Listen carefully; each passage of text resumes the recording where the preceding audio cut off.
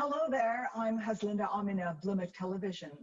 Climate change is expected to hit Asia the hardest, given that the region has more people in coastal areas than other cities combined. So rising sea levels, along with extreme heat waves, droughts, hurricanes, and changes in water supply put Asia's growth at risk. So how prepared is Asia for climate change? Jin Liqun is president of the Asian Infrastructure Investment Bank. It's committed to being a green bank. President Jin, always good to have you with us. Thank you. Thank you very much. I'm very happy to see you and answer your questions.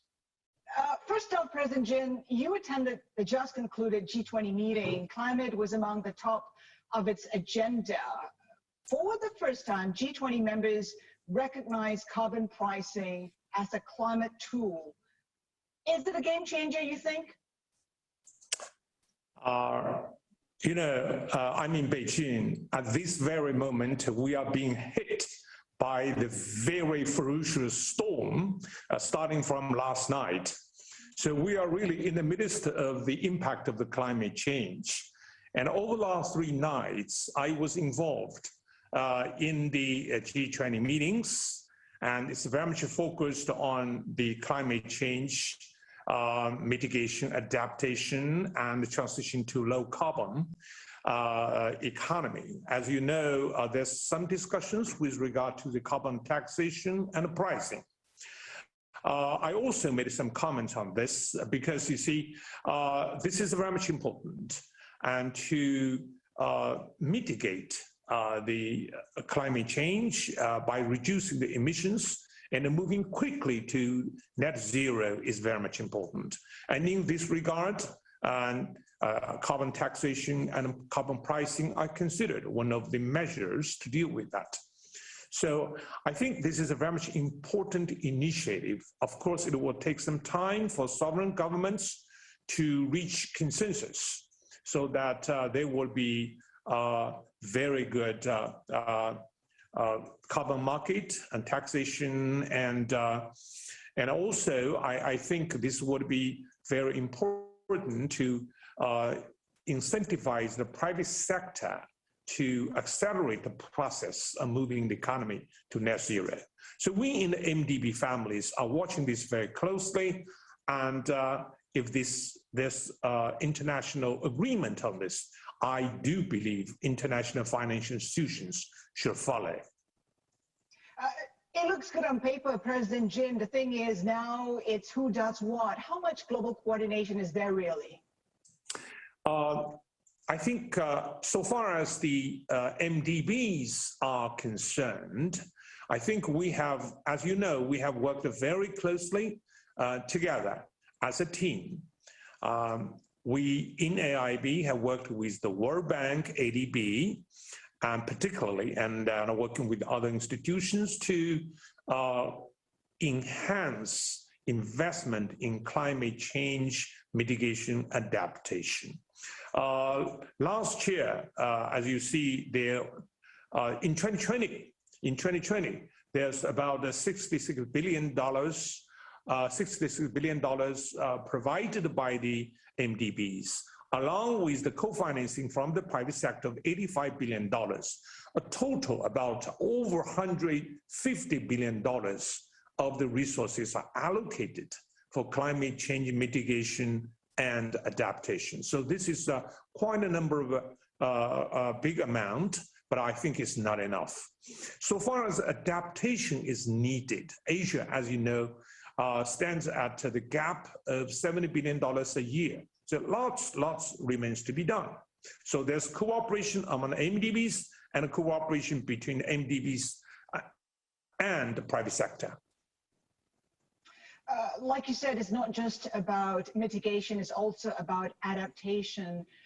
The pandemic has provided an opportunity to look at things differently. Resources have been reallocated from energy-intensive sectors to greener sectors like healthcare. How can we build on that? Asian countries are faced with a dual challenge of recovery from the pandemic and also to sustain its economy, particularly to sustain economy in the countries which are highly indebted. In our view, it is very much important for many countries to deal with both. In my view, climate change mitigation adaptation and growth are not mutually exclusive. Indeed, they are mutually enhancing based on very good policies. So first of all, at this moment, it is very much important to ramp up efforts to contain the pandemic, which is still raging with the new variants. But with the vaccines rolling out, I think probably before the end of this year or early next year, we can basically bring the pandemic under control. And the next issue is how to sustain the economy, recover from the pandemic. So I think emerging from the pandemic, the human society should be well advised to pay more attention to the propitious, enabling environment to improve the ecosystem for the economic development and environmental protection. That's the key. How should we look at developing greener sectors like renewables? I mean, that is key because of the insatiable appetite for energy. And how is AIIB looking at human capital to support such greener sectors? Of course, it's very much important for us to improve the quality of the human resources. At this moment, our focus is on the healthcare system. Healthcare system is considered one of the productive sectors, and only a healthy nation can be productive. So I think it's appropriate to allocate a certain amount of resources for healthcare system, which I think which is really a big challenge for a number of countries in Asia, which suffers healthcare deficit. But education is also important.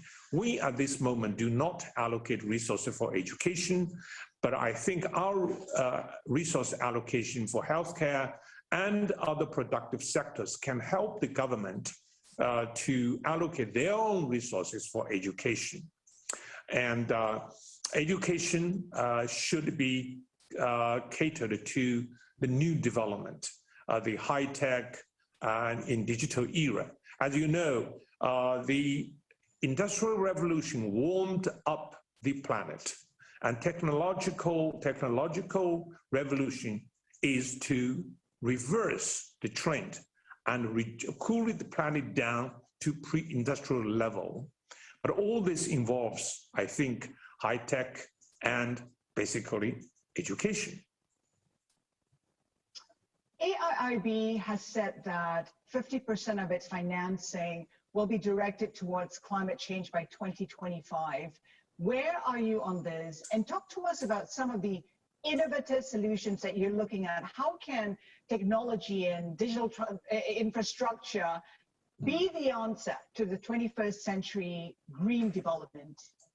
At this moment, we have already 45% of the financing for climate change. And by 2025, at least 50% of the approved portfolio would be for climate change mitigation and adaptation. There are various ways to achieve that objective. First of all, it's very much important for us to mobilize private sector resources, because as you know, our resources are very much limited. And when we do infrastructure projects, we want to make sure that infrastructure projects investment would be done in an environmentally benign way. It will not increase emission. On the contrary, it should reduce emission. And we also have some very innovative approaches.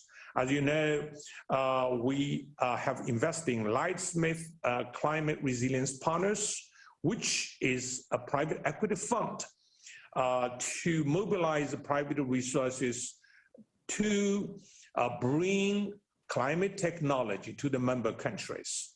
This is the way we work with the private sector. And also, we have launched 2 portfolios under the Sustainable Capital Market Initiative. One is the well-received ESG Enhanced Credit Portfolio with Amin as our asset manager, and the other is Asia Climate Bond Portfolio with Amin as the asset manager. And actually, in the AIB Amin Climate Change Investment Framework, I announced our bank would not do any coal-based power plants, and we will not do any projects which are related to coal. I made that very much clear in the meeting. As you know, this AIB Amin CBI Climate Change Climate Bond Initiative endorsed climate change investment framework is very much important. It is to translate the key objectives of Paris Agreement into fundamental metrics to assess the issuer's level of alignment with climate change mitigation, adaptation, and transition to net zero. And all these efforts are very, very important for the climate change mitigation and adaptation. It also indicates that AIB is very creative and innovative in doing everything possible to leverage our resources for that purpose. You talked about the need to collaborate with the private sector to mobilize private capital.